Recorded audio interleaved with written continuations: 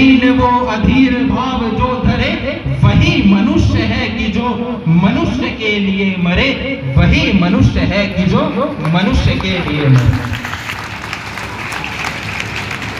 तो साधना यही है, साधना यही मनुष्यता है जो आपको दूसरों के लिए जीना सिखाती है, अपने से अधिक दूसरों के लिए जीना सिखाती है। आप अपना मोक्ष चाहते हैं, आप चाहते हैं कि आपको दुखों से छुटकारा मिल जाए, लेकिन महात्मा वो है जो दुखों में होते हुए भी ये चाहता है कि मेरा दुख बड़ा नहीं है।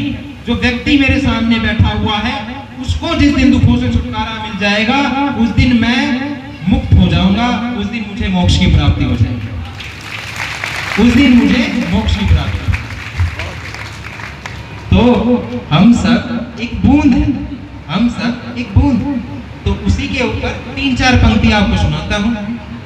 मैंने देखा एक बूंद सहसा उछली सागर के झाग से, रंग गई क्षण भर में ढलते सूरज की आग से, मुझको दिख गया सुने विराट के सम्मुख, हर आलोक छुआ अपनापन, है उन्मोचन नश्वरता के दाग से, है उन्मोचन नश्वरता के दाग से।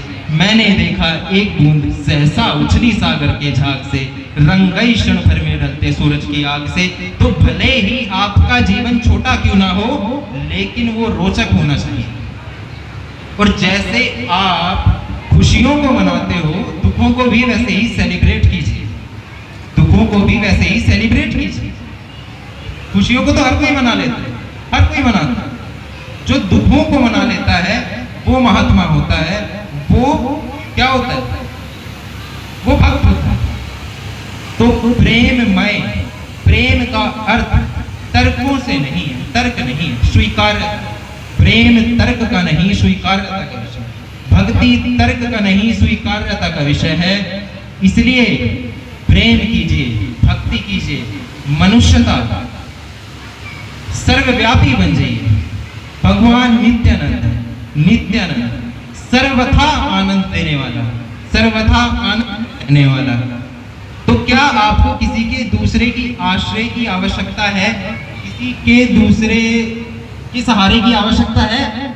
और जिसको है, जिसको है वो देखिए क्यों है।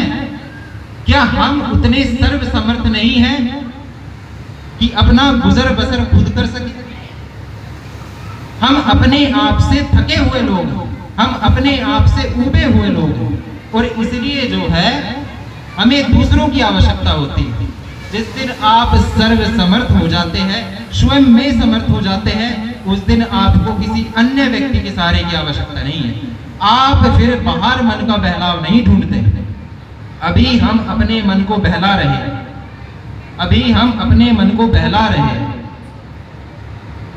परिवार में रह के और जगह जगह घूमने के लिए जाते हैं।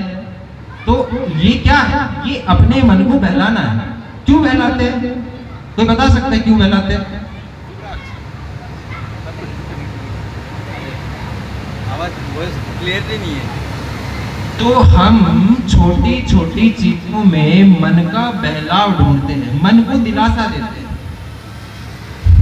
मन को हमने अपना मालिक बना लिया, मन को हमने अपना मालिक बना लिया, जबकि जो मन है वो हमारा दास होना चाहिए, है कि नहीं?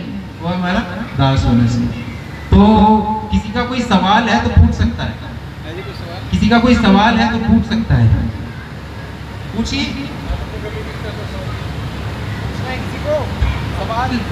कोई सवाल किसी को पूछना है आप लोगों में से? मत पूछिए, कोई बात नहीं, मेरा